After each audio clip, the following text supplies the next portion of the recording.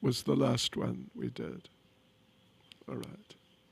Anyway, we're not quite there, devotees. 2 minutes or 1 minute to go.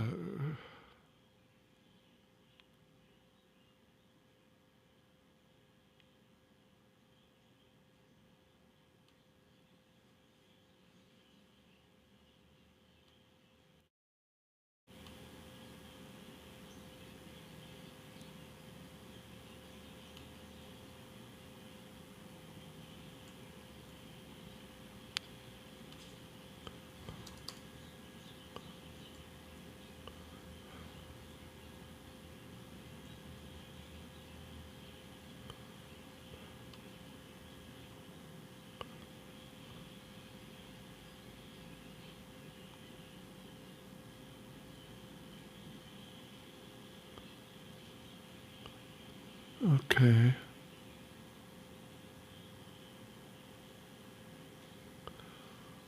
Hare Krishna, Hare Krishna, Krishna Krishna. Okay, devotees, it's time. Time to get into our 12th evening program of Bhakti Vaibhava, Srimad Bhagavatam. And we are in the 3rd chapter of the 1st canto, and we are at section F. Is it section F? What section is it? It's not section F. My notes. It gets confusing. Section C, I'm sorry.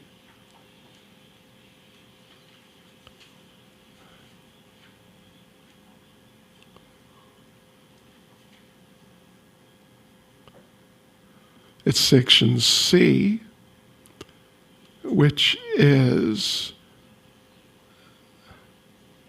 how to know the Supreme Personality of Godhead.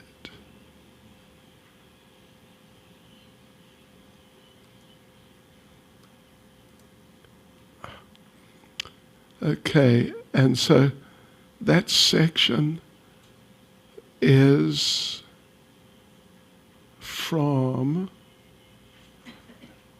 verse 35 to verse 39. Just give me a sec. I will be there. I'll be right there.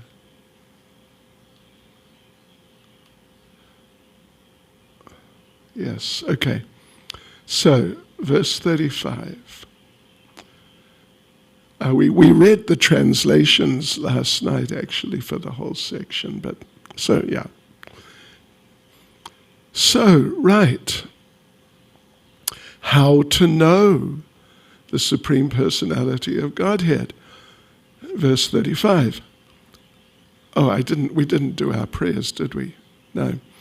Nama Om Vishnu Padaya Krishna Prestaya Bhutale Shrimati Bhakti Vedanta Swaminiti Namane Namaste Saraswati Deve Gauravani Pracharane Nirvishesha Shunyavadi Pastyachadeshatarane Shri Krishna Chaitanya Prabhu Shri Advaita Gadadha Shivasati Gaura Bhakta Vrinda Hare Krishna Krishna Krishna Hare Hare Hare Rama, Rama Rama, Hare Hare.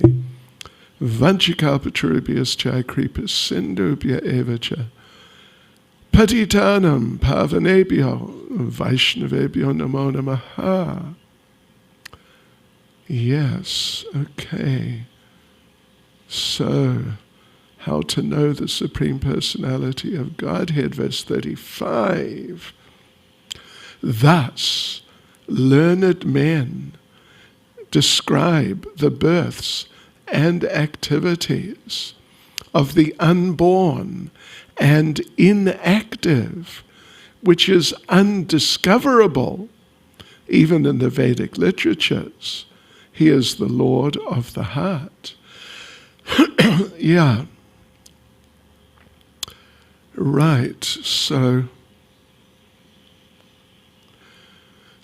in the purport, Prabhupada explains the Lord, the living entities, we're all spiritual, eternal, no birth, no death. But, I mean, there are not just similarities, but there are the same things. Eternality, we are no less eternal than Krishna. We are no less alive than Krishna. But then there's differences in terms of knowledge, in terms of power, in terms of beauty, so many things. Hare Krishna. So there are these differences, and particularly here, the purport, Srila Prabhupada says, the difference is, there are certain similarities or same things, and in other cases there are similarities. We are blissful, he is blissful. Of course, he's a lot more blissful than us, but still we're blissful. And knowledgeable, he's far more, but still we're knowledgeable. So the difference is that when the Lord comes to this world, his appearance and activities are really different from ours. They're really different from ours. So we mentioned last night, Bhagavad Gita chapter 4, verse 9, Janma karma chame divyam evam yo veti tatvataha chaktvadeha punarjanma naiti mameti sorjana. Krishna said that anyone who understands the Janma karma chame divyam, divyam basically means divine. Divine, completely transcendental. Divine, completely transcendental. So anyone who understands these things, these two things, appearance and activities, doesn't take birth again. Tyaktva deham punarjanma na. On leaving the body, tyaktva deham punarjanma na. Don't take another birth. Mam eti, but come to me. So now our births and activities, Krishna, we've had many, and they were definitely not divyam or divine. They were very mundane, sure, so mundane, and just in a material body, and then gradually struggling through life, struggling through school with many challenges, then struggling through working life with many challenges, struggling through family life with many challenges. Oh, Krishna. Dealing with diseases with many challenges. And then when you get through it all, finally you make your way through it all, you die. So what can you say? It's a guaranteed flop, the whole thing. Even if you do relatively well during the course of this life. even if you become rich, famous, and, very healthy and dynamic and all that. But still, as you get old, you start running out of steam. Am I right, ladies? Running out of steam? Slowly. Not completely. Still some steam there, but a lot of it's gone. So it's our birth, born in ignorance, complete ignorance. In fact, we can't even remember taking birth. And, when we took birth, how we took birth, the whole phenomenon. Generally, people don't remember very much, even from the first couple of years of their lives. Gradually, as they come through, like I remember starting school when I was 5. In New Zealand, I don't know if they still do, but in my day, I started the day I turned 5, or maybe it was the day after. Yeah, day, sure. Right, and so I do have some recollections of that, but before that, it's pretty vague. But with Krishna, it's not vague, because his appearance is very different from ours. He just manifested himself. He had been in the womb of Devaki in the prison house, but then he just sort of suddenly, he was out in a full adult form, 4-armed. But then very shortly after, he reduced his size to a baby's size with just 2 arms. Yeah. And he spoke. He spoke a lot. And he spoke in Sanskrit. And, he's only moments old. So what a difference. What differences. It's really amazing. So we are bound, Prabhupada, just going through the purport, we are bound up by the laws of material nature. Krishna is not. Going from a fully grown 4-armed form, which did not come out of his mother's womb in the usual way, or any sort of, anything like the usual way, then down to a baby's form, who could still talk. So we're bound up by material nature. The Lord is not bound up. Bound up by material nature in this regard means that we cannot talk at all until we're, 2 or 1.5 or something like that.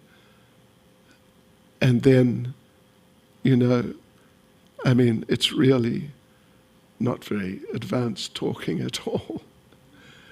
And you can only start sort of making sense of things and, when you're 6 or 7 or something like that. Up till that point in time, it's tough. But Krishna is completely different. So here, of course, the section, as we said, the section is how to know the Supreme Personality of Godhead. So these are some things to know. And we assume you're going to be asked questions on them if you're actually doing Bhakti Shastri. I mean, if you're not, then that's another thing. But if you're doing Bhakti Shastri, I would expect some questions on the subject. Because not just here, but in so many places, I'm going through these chapters myself during the day and making notes. These notes I'm reading from and, taking some guidance from. I'm up to now, I've just started the 8th chapter. So, and just repeatedly, I mean, really, really repeatedly, Prabhupada makes these same points, the differences between us and Krishna. Repeatedly, again and again.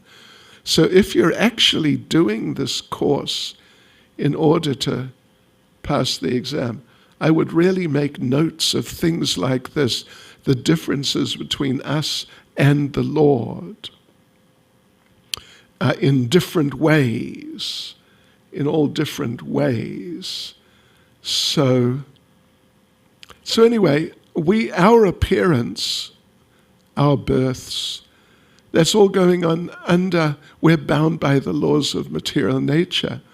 But Krishna, his appearance and disappearance and everything, these are all displays of the internal potency, not the material nature, not the external potency or the Maya potency. These are all synonyms. The external energy, Maya, like this. The illusory potency, the material nature, these are all essentially synonyms.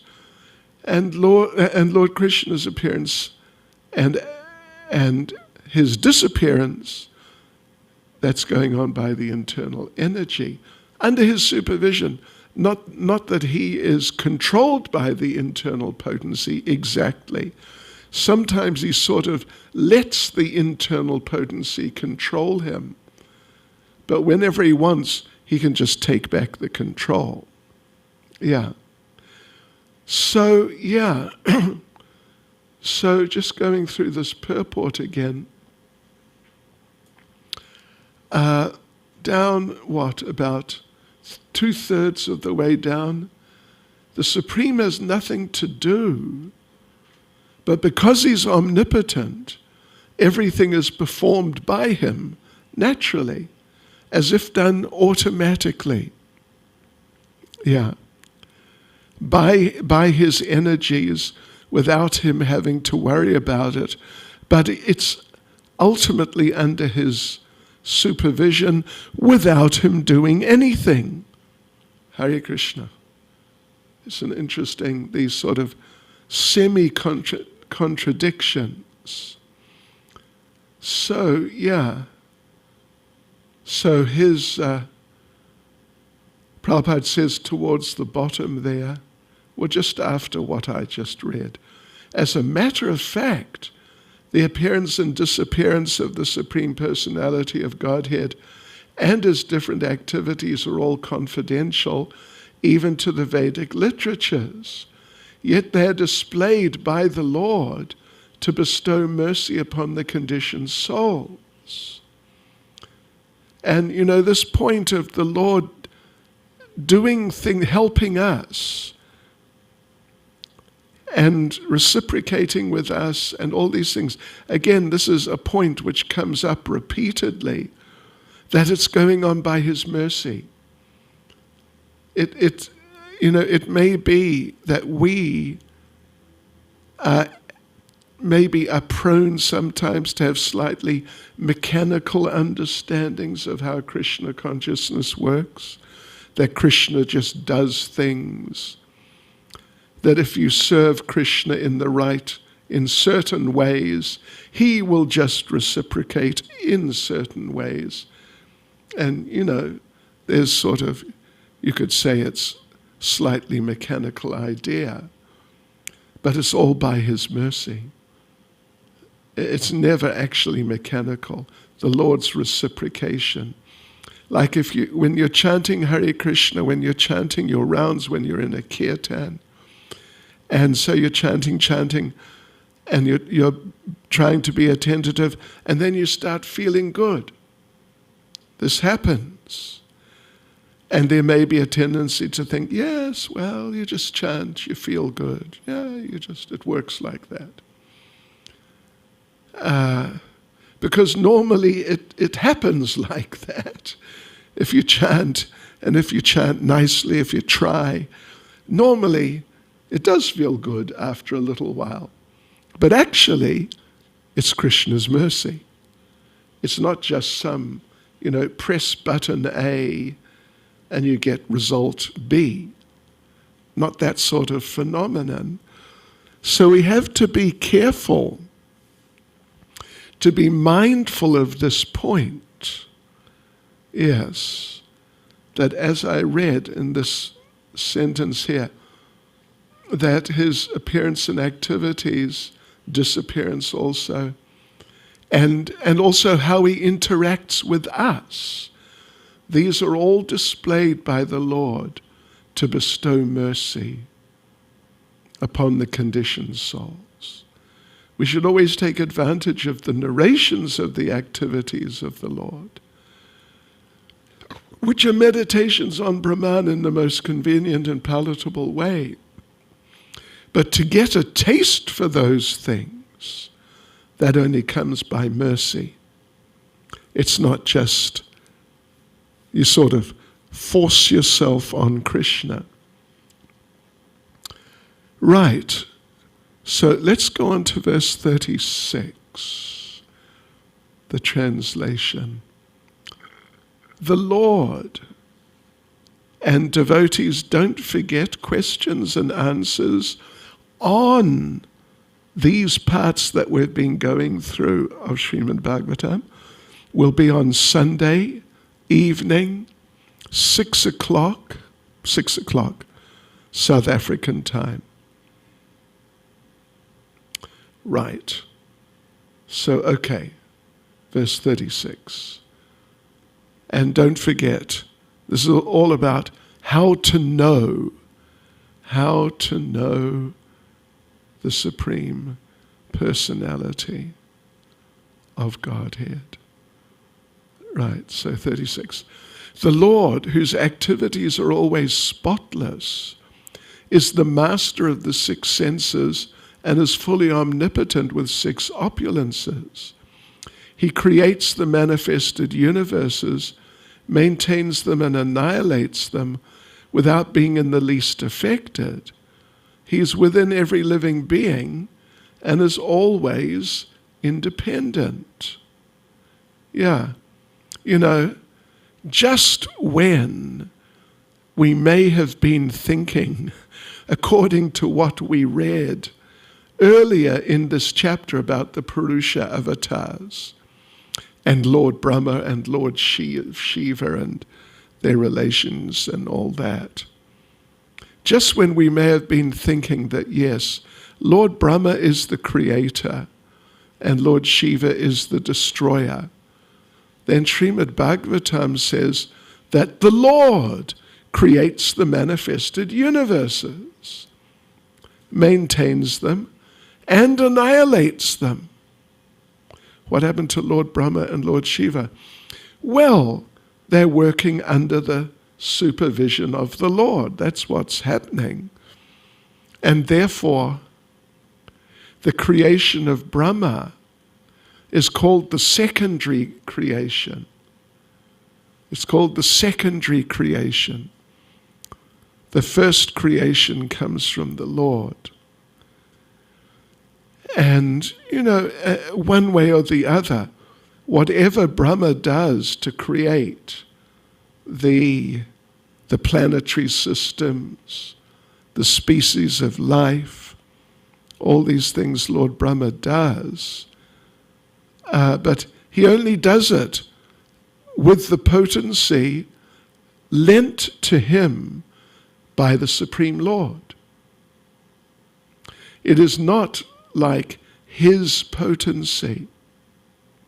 The living entities. No, it's not like Lord Brahma's potency, that he's just like that. It's all to do, with his special body and special intelligence, which he has for the time being, lent to him by Krishna. And devotees, a point we can meditate upon in that specific regard is that we have all been Lord Brahmas.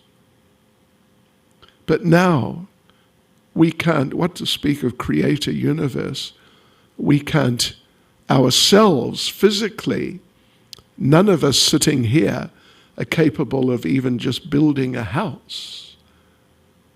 You can employ someone to build a house for you, but we're not capable. I couldn't build a house. We could learn, I suppose, and try, but because now, after we were Lord Brahma, Krishna took all that power away. And we went into some other body, who knows what it was, but whatever that body was, it didn't have the power of Lord Brahma. And then we sort of went throughout the material world, lifetime after lifetime, and here we are now, and we are really lacking in creative ability. Okay, anyway, let's have a look at the purport. And Prabhupada, and this is, an interesting point, we should note it. The prime difference between the Lord and the living entities is that the Lord is the creator and the living entities are the created. We're created in the sense that our material bodies are created. They're very much created. And, on one level you could say, well, they're created by our parents. There's some truth in that.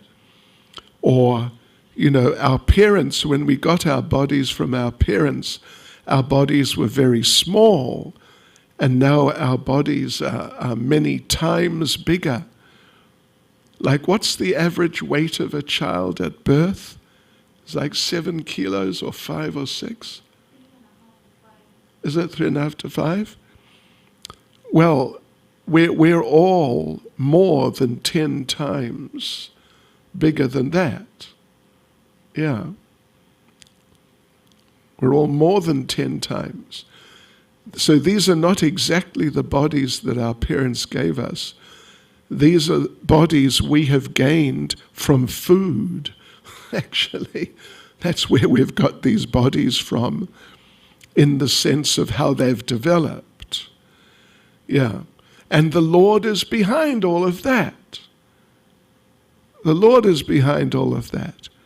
Our parents, they just happen to have bodies given by the Lord, which he had put the potency within to create us in terms of our material bodies. Yeah. So he's behind all these things. So in that sense, the Lord is the creator and we're the created. And, of course we're eternal spiritually as spiritual beings, who we actually are. We're eternal persons. And the understanding is it's not really that Krishna at some point created us as spirit souls. And prior to that time, we did not exist as spirit souls. So therefore, in that sense, to say that Krishna created us spiritually is not entirely accurate, is not accurate as far as Krishna explains things. But still, our existence and everything is dependent on Krishna. Yeah. So therefore, there's sort of, in a spiritual sense, even if we don't say that Krishna created us as spirit souls, but we're definitely fully dependent on him. So, okay. So now, in this verse then, Krishna is referred to as Amoga Leela. Amoga Leela. Which indicates there's nothing lamentable. Sava idam vishvam amoga lila. Yeah, there's nothing lamentable in his creation. Nothing lamentable. There's no disturbance. It seems to me, Prabhupada's saying there's nothing lamentable. It can be taken to mean there's no disturbance, because, you would only lament about a disturbance. If something's not a disturbance, why would you lament about it? If you lose some money. Anyway, I think you get the idea. So because then Prabhupada uses the term disturbance. Those who create disturbance in his creation are themselves disturbed. Yeah. So the conditioned souls are working very hard. So many of them are working very, very hard. And which is a form of disturbance. To have to work hard is a form of disturbance, really. So therefore, Prabhupada says, those who create disturbance in his creation means those who try to live independently. They are themselves disturbed, trying to do this and do that and achieve so many things. But they're just different forms of disturbance. And the living entities, they're in anxiety, trying to do these things. But Krishna's not disturbed. Krishna is transcendental to all material afflictions, means all material disturbances. And he's full with all the six opulences. And he creates these manifested universes in order to reclaim us. Yeah, this is his mercy. But again, this point, that the material creation is for the purpose of reclaiming us, reforming us, that sort of idea. Repeatedly, Prabhupada talks about that, again and again. It's not like he talks about it one time and then just goes on to talk about something else and doesn't come back to this point that the Lord's created these universes to reclaim the living entities.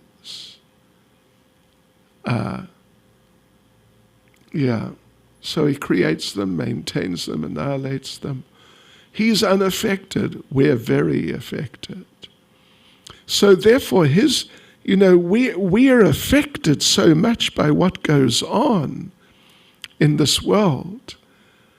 But Prabhupada explains that the Lord, it's right at the bottom, he is connected with this material creation very superficially. He's not involved. If South Africa gets blown up, it's It's going to be difficult for us.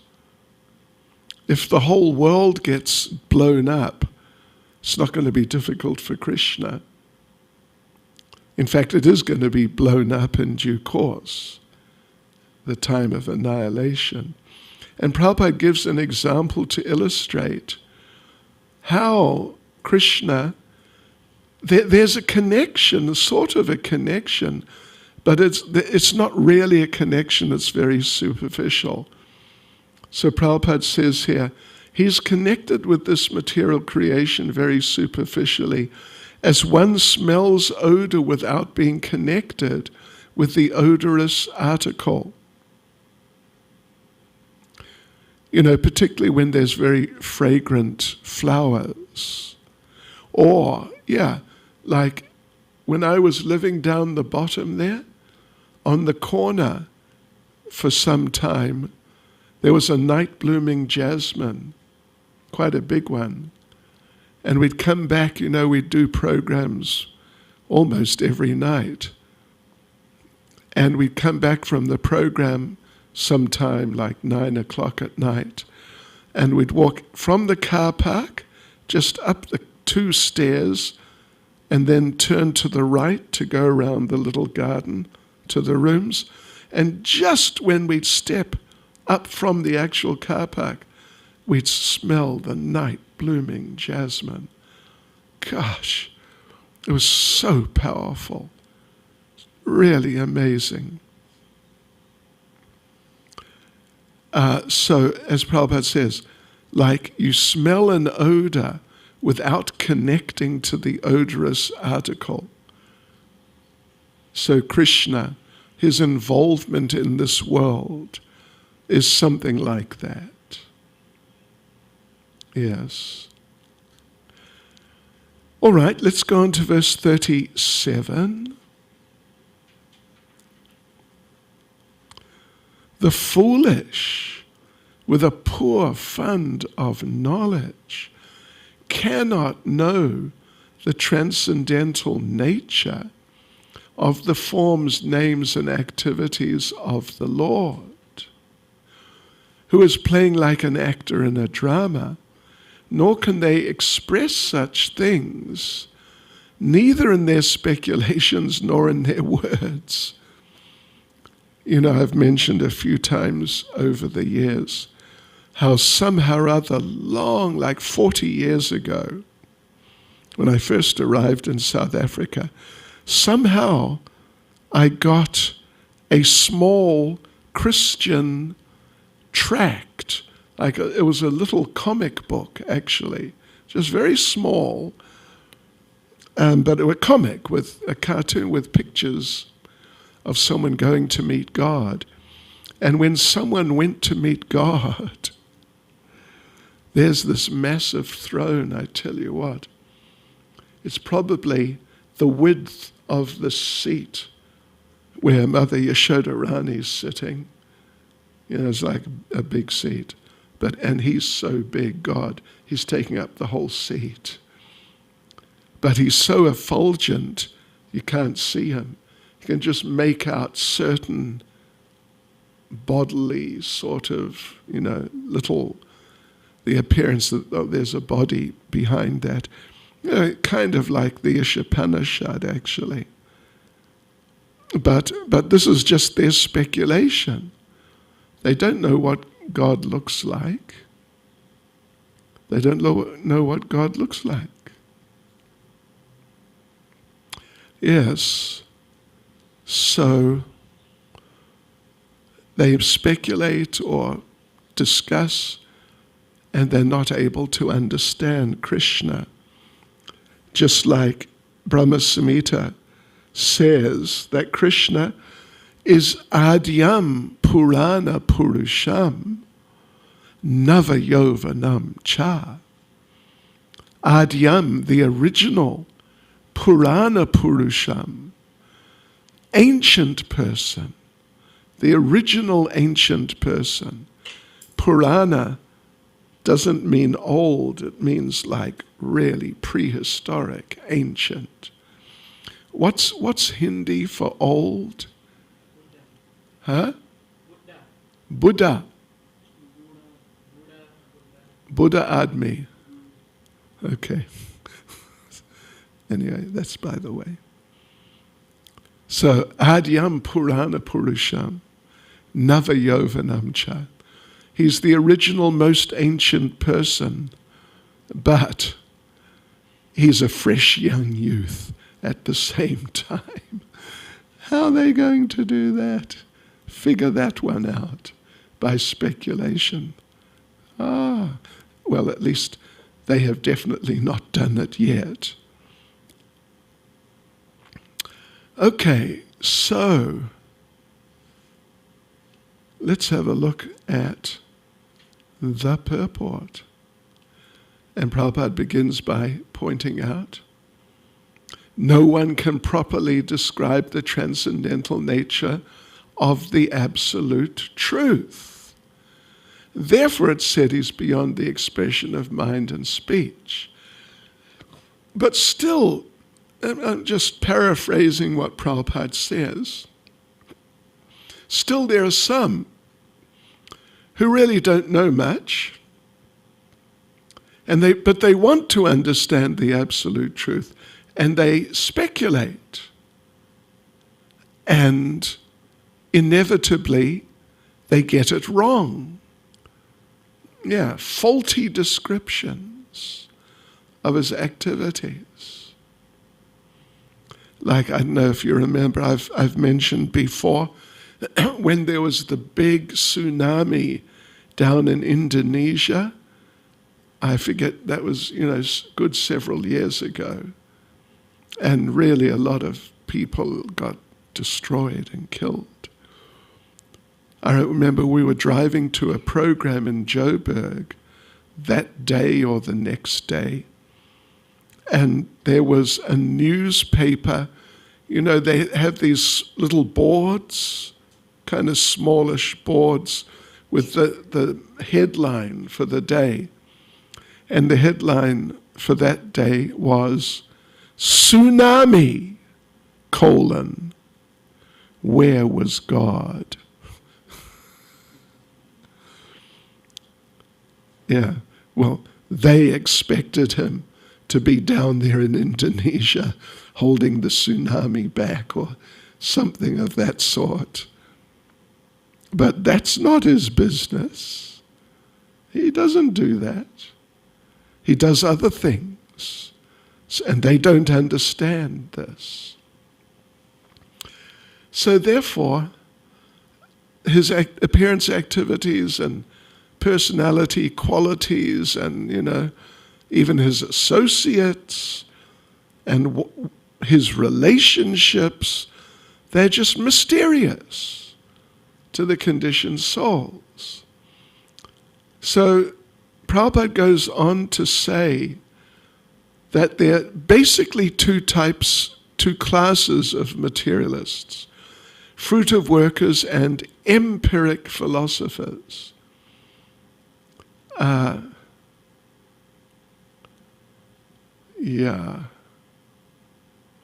Empiric, okay. So empiric philosophers, Prabhupada is also, they're the mental speculators. Yeah, sort of like a synonym. So the fruitive workers, they just don't know anything about the absolute truth. And the mental speculators, who were fruitive workers before, but they became frustrated in that, when they get frustrated, they turn towards the absolute truth, but they try to know him through speculation, and as a result, they don't get to know him. Even though they try to turn towards him, they don't actually come to him. So Prabhupada says, for all these men, the absolute truth is a mystery, just as the jugglery of a magician is a mystery to children. Yeah. You may have read the story. It may be in the Lilamrita, I'm not sure. But anyway, it's around somewhere. Prabhupada was in Vrindavan in sort of a little bit his later period. He was in Vrindavan and a magician came, like a professional trickster, and he offered to show Prabhupada some tricks. So he did things like he made cloths come out of Prabhupada's ear and things like that. Things appear and disappear and all that sort of thing. And at the end he said, so, do you think I'm a good magician?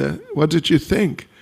And Prabhupada said, yeah, that's okay, but I'm a better magician than you. Prabhupada said, I can make birth and death disappear. Do you know that trick? And the man said, no, I don't know that one. You're a better magician than me. Right. So anyway, Prabhupada goes on to explain how, in different ways, these fruitive workers, mental speculators, they fail in different ways.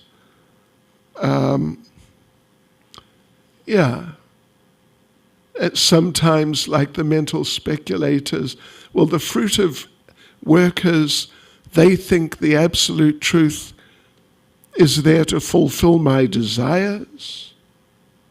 That's what he's there for. That's what he does. The mental speculators, the impersonalists, think that we are going to become one with him. So it's all nonsense. In other words, the absolute truth remains a mystery for them. That's what's discussed there. So then verse 38. And don't forget, our subject matter is how to know the Supreme Personality of Godhead. So the verse 38, only those who render unreserved, uninterrupted, favorable service unto the lotus feet of Lord Krishna, who carries the wheel of the chariot in his hand, can know the Creator of the universe in his full glory, power, and transcendence. And when they say, when Sutta Goswami says that the devotees can know the Creator of the universe, he means can know Krishna. It doesn't mean can know Lord Brahma. Although they do get to know Lord Brahma through knowing Krishna, but actually they get to know Krishna. That's really the bottom line. So yes, again, this is Srimad Bhagavatam. Throughout Srimad Bhagavatam, the process of devotional service is promoted, described, glorified. How it works is explained. How it's all Krishna's mercy is explained. How Krishna gives mercy to those who render service.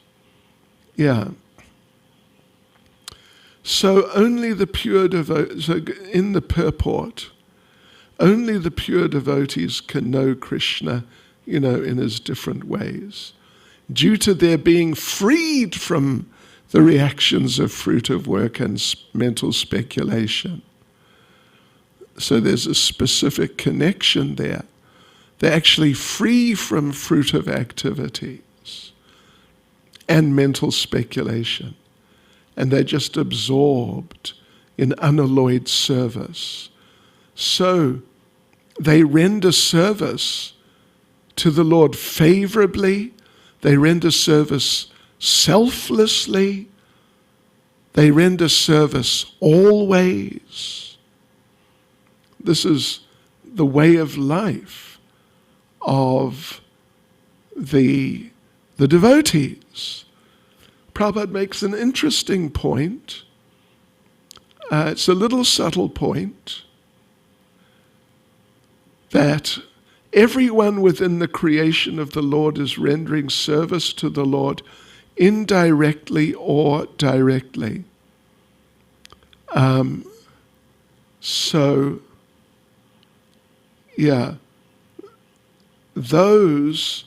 Those who are rendering service indirectly are being forced by the illusory nature. And therefore they do what the illusory nature, what the Lord's nature says. They're carrying out what he says. Because when you've got a certain type of material body, then you must act in this way and in that way and in so many ways like that. So they're sort of doing fulfilling the plan the Lord has for them. So in that way, you can say they're serving him indirectly. But of course, the devotees are serving him directly. And as a result, Prabhupada says, by his grace, they can enter into the mysterious region of transcendence by the mercy of the Lord. And Prabhupada goes on that the mental speculators, they're already in darkness. They started in darkness. They remain in darkness. But the Lord himself guides the pure devotees towards the path of realization due to their constant engagement in the loving service of the Lord in spontaneous affection. So that's the secret of entering into the kingdom of God, that you need the mercy of the Lord, you need the guidance of the Lord to help you come right, and the guidance so you do the right things and don't do the wrong things. Then you enter the kingdom of God. Yes, and that's Krishna's mercy. 39. Only by making such inquiries in this world can one be successful and perfectly cognizant. For such inquiries invoke transcendental ecstatic love unto the personality of Godhead, who is the proprietor of all the universes, and through making such inquiries, you can guarantee 100% immunity from the dreadful repetition of birth and death. I remember reading that last night, the dreadful repetition of birth and death. So in the purport, Srila Prabhupada basically makes the point that Sutta Goswami is glorifying the questions of the sages, and confirming this point which has come up in different ways, even though we're only in the 3rd chapter of the entire Srimad Bhagavatam, and there's just loads of chapters to go. But Prabhupada is confirming that devotional service is the process.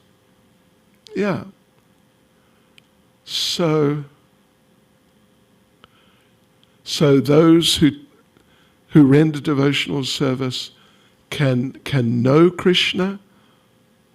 They can automatically know all about him, his multi-potencies.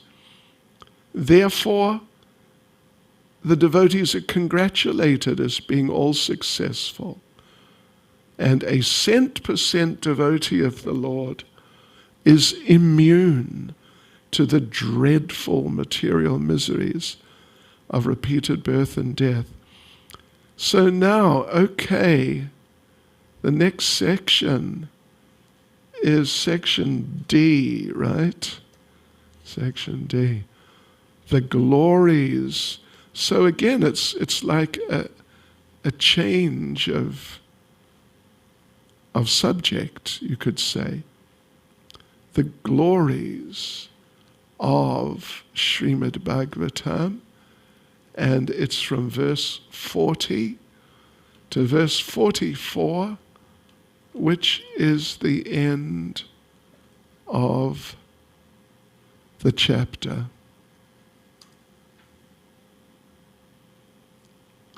Okay, so I won't read. Let's see if we can get through it before we finish. We've got another 20-something minutes to go. So it's all about glorification of Srimad Bhagavatam. Verse 40, this scripture named Srimad Bhagavatam is the literary incarnation of God, and it's compiled by Srila Vyasadeva, the incarnation of God. It is meant for the ultimate good of all people, and it is all successful, all blissful, and all perfect. So in the purport, Srila Prabhupada refers to Lord Chaitanya. Lord Chaitanya said that Srimad Bhagavatam is special. It's the spotless Purana. Other Puranas are not spotless. They have spots. They have, sometimes a bit of the mode of passion, sometimes a bit of the mode of ignorance even. Yeah. So,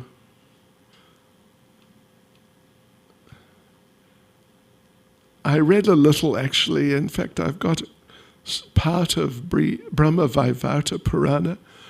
It's in the mode of passion. And if you read it, you see the pastimes of Radha and Krishna there. But you can see by the way they're described, the language which is used and the mood there, the mode of passion is there. It's not as sattvic and pure as Srimad Bhagavatam. So yeah, it's the literary incarnation of the Lord, therefore it's not different from the Lord. I'm just going through, touching on certain points which appear in the purport. Down about 1/3 of the way, we can derive the ultimate blessings of the Lord through carefully and patiently studying Srimad Bhagavatam. It's really an important thing to study Srimad Bhagavatam. So as Prabhupada says, as God is all light, all bliss, and all perfection, so also is Srimad Bhagavatam. However, we're pretty much halfway down the page, that we can have all the transcendental light of the Supreme Brahman Sri Krishna from the recitation of Srimad Bhagavatam, provided it is received through the medium of the transparent spiritual master. Yeah. And Prabhupada mentions how Swarup Damodar Goswami, when he was Lord Chaitanya's secretary, people would come to visit Lord Chaitanya, and they'd have to, he'd have to check them out first. So he would tell them. Sometimes he wouldn't let them see Lord Chaitanya, because he could see they're just not qualified. And in order to help them, he'd say, listen, you're not going to see Lord Chaitanya. Just read Srimad Bhagavatam. After some time, perhaps, we can let you see Lord Chaitanya. Right. And Prabhupada concludes the purport of verse 40 one can derive from the study of the Bhagavatam all benefits that are possible to be derived from the personal presence of the Lord, which is because it is the Lord. It's a form of the Lord. Yeah, it is the Lord. And therefore, seeing it is the Lord, whatever you can get from the Lord, you can get from the Lord. You can get from Srimad Bhagavatam. Right. Let's see, where are we? Okay. It carries with it all the transcendental blessings of Lord Sri Krishna that we can expect from his personal contact. Okay, so 41.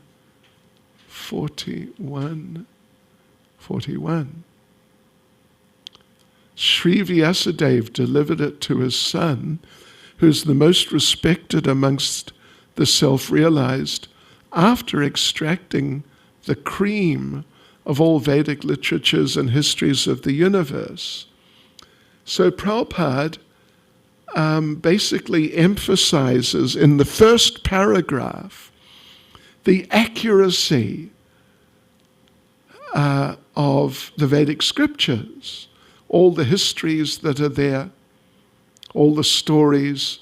Prabhupada says, all the stories mentioned in the Puranas and Mahabharata, etc., are actual histories, not only of this planet, but also of millions of other planets within the universe. Yes. So he goes on sort of stressing this point, you could say, historical points. And then, so therefore we should not reject those histories. We should always remember, this is down almost at the end of the first paragraph, that we should always remember the maxim that one man's food is another man's poison. Yeah. So in other words, if things in Srimad Bhagavatam from other parts of the universe where other conditions exist, if these descriptions conflict with the experiences of people on this planet, people who are not devotees, then don't worry about it too much. It's a matter of one man's food being another man's poison, and therefore we should not reject these stories. And the second paragraph, let's have a look here.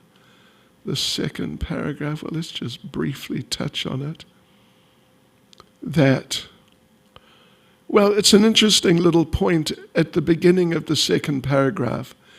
Srimad Bhagavatam is so comprehensive in what it presents, even more comprehensive than other Puranas. Therefore, Prabhupada says, it's accepted as the Mahapurana. And actually there's a few Puranas which are traditionally accepted as Mahapuranas. Mahapuranas have 10 subjects. Regular Puranas have 5. Srimad Bhagavatam very clearly has 10. And actually our acharyas say that even though there's a few other Puranas which are counted as Mahapuranas, they sort of have 10 subjects, and not just 5, but mainly they have 5. And the other 5 to make up 10, they don't really get into so much, although some mention is there. So technically you could say they're Mahapuranas. But Srimad Bhagavatam is the only Purana which has all the 10 subjects of a Mahapurana extensively discussed. So, so Shukadev is the topmost of the self-realized. He accepted the Bhagavatam from Vyasadeva, who's also very, very great. Bhagavatam is compared to the cream of the milk. And cream or butter is the most palatable essence of milk. I remember when I was a young brahmachari with the other young brahmacharis, when we were doing book distribution all day, like we were out 8 hours a day without fail, and more sometimes. So for lunch, we were allowed to take a little money out and buy something for lunch. So we would often buy cream. Yes. Cream and figs. You eat them together. Cream and dates. Oh, yes. Peanuts and butter. It's real nectar, actually. I mean, I'm too old for it now.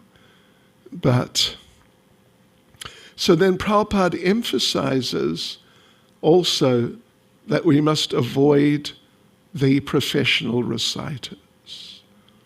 We must avoid them.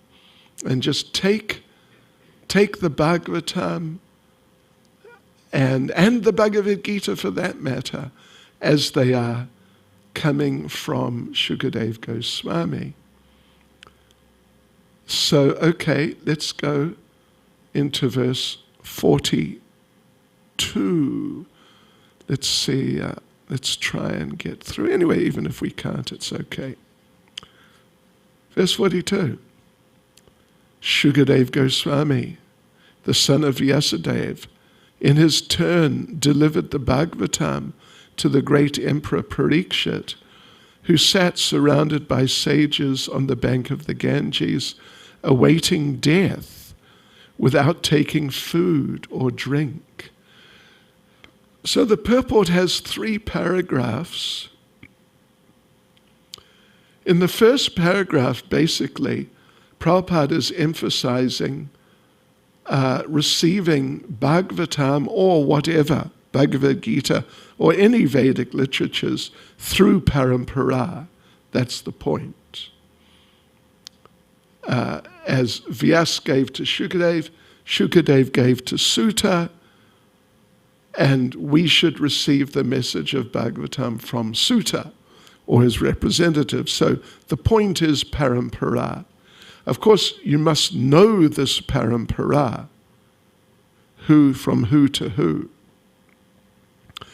The second paragraph, then Maharaj Parikshit, when he got information of his forthcoming death in a few days, he went to the bank of the Ganges to fast till death.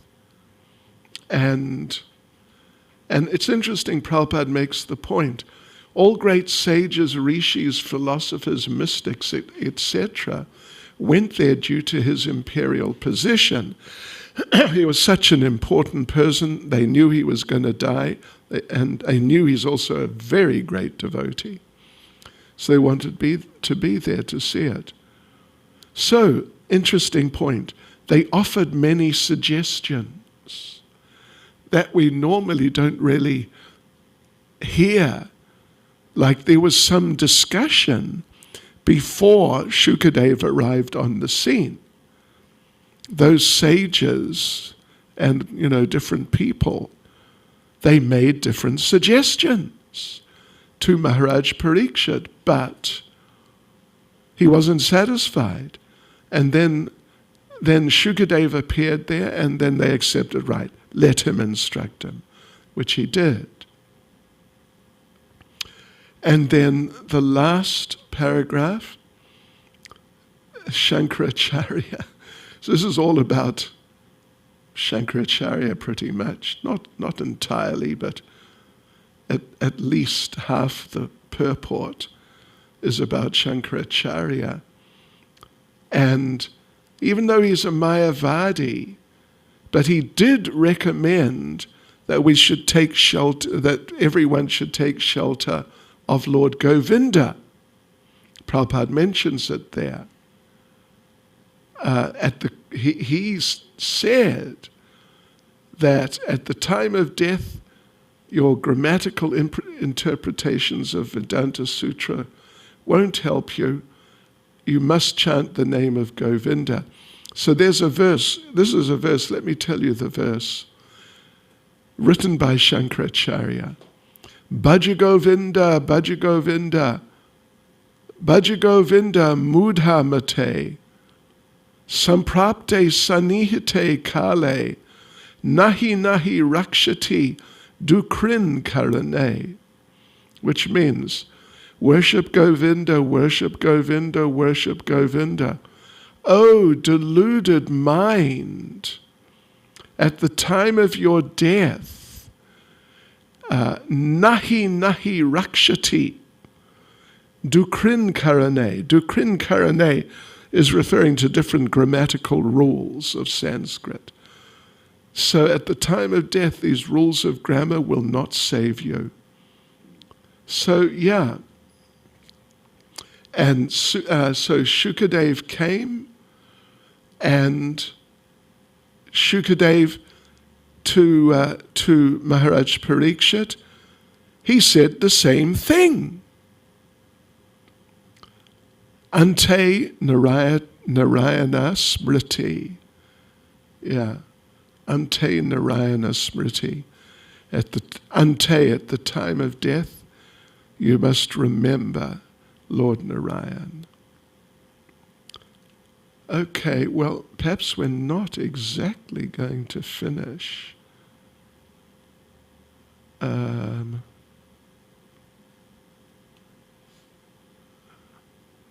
But where am I?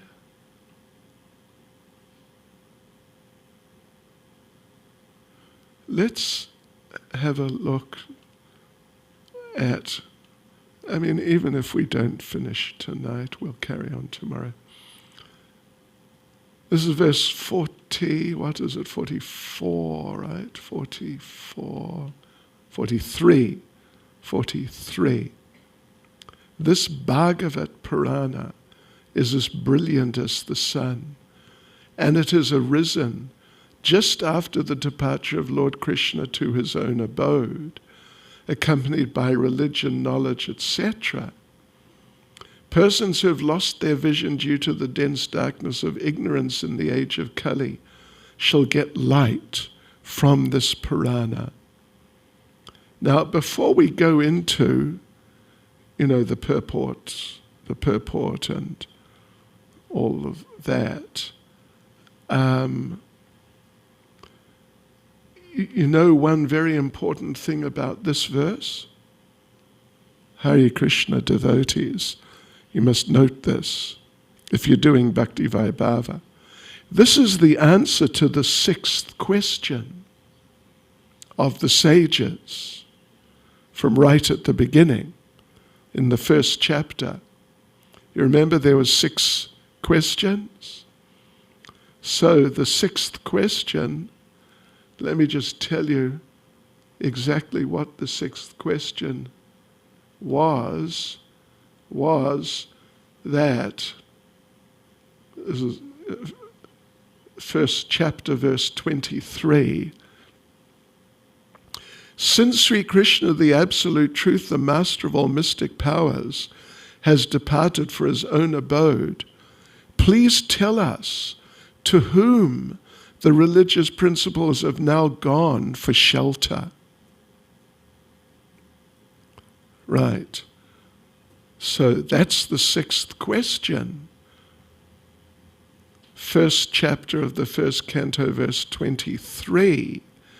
And this is the answer. Where have these things gone to for their shelter? Where have they gone? They have gone to Srimad Bhagavatam. Yeah. This Bhagavat Purana is as brilliant as the sun, and it's arisen just after the departure of Lord Krishna to his own abode, accompanied by religion, knowledge, etc. Persons who have lost their vision due to the dense darkness of ignorance in the age of Kali shall get light from this Purana. So all these things which those sages were worried about, now that Krishna's gone, to whom the religious principles have now gone for their shelter, they've gone to Srimad Bhagavatam. Hare Krishna. Srila Prabhupada ki jai.